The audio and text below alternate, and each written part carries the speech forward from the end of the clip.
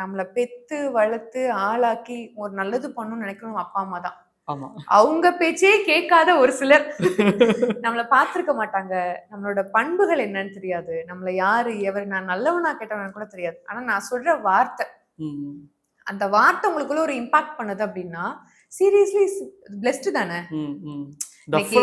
S அதான் நான் என்னை பொறுத்த வரைக்கும் அதான் ஒரு விஷயம்.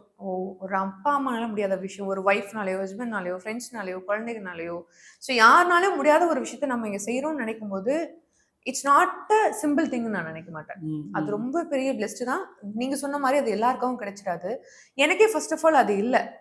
நான் என்னோட 30 வருஷ வாழ்க்கையில நான் என் அக்காவோடயே தான் நான் டிராவல் பண்றேன். ஸோ என்னையே அறியாம இன்பில்டா நமக்கு இதெல்லாம் பேச தெரியுமா, நம்ம இப்படி எல்லாம் பேசுவோமா, நமக்கு இந்த மாதிரி பேச்சு துணி எல்லாம் வருதா அப்படின்னு நான் தெரிஞ்சுக்கிட்டது என் அக்கா கிட்ட இருந்துதான். ஸோ அவங்கதான் எங்கே போனாலும் நீ வா, நான் பண்ற மாதிரி நீ பண்ணு. அவங்க டிபேட் ஸ்பீக்கர் ஆனாங்க, என்னையும் ஆக்குனாங்க. அவங்க தமிழ் ஸ்பீக்கர் ஆனாங்க, என்னையும் ஆக்குனாங்க. எனக்கு வேற டைமென்ஷன் இருக்கு. ஸ்கூல்ல I'm an athlete, I'm an sports player, I'm an national level player. So college கூட எனக்கு ஸ்போர்ட்ஸ் கோட்டால தான் வந்துச்சு.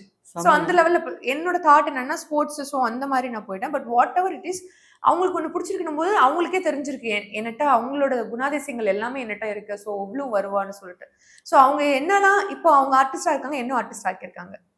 ஸோ இப்போ அவங்க ஒரு மூவி ஷூட்டுக்கு போனாலும் அவங்களுக்கு 2-3 அசிஸ்டன்ட் இருக்காங்க. பட் என்னோட ஃபர்ஸ்ட் மூவில எனக்கு அசிஸ்டண்டா வந்தாங்க என் அக்கா.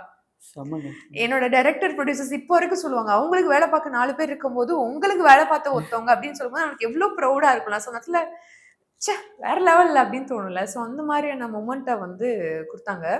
அண்ட் அவங்க கொடுத்த ஒரு வழிதான் எனக்கு இந்த மோட்டிவேஷனல் அப்படின்றது.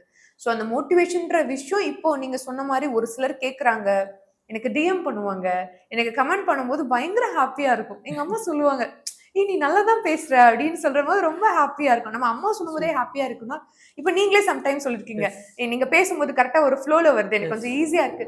ஸோ இதெல்லாம் ஒரு ஹானஸ்டான ஒரு ரிவ்யூ, நமக்கு அது ரொம்ப ஹாப்பியா இருக்கும். ஸோ இந்த மாதிரி ரிவ்யூஸ் வருதெல்லாம் பிளஷர்னு சொல்லுவேன் நான்.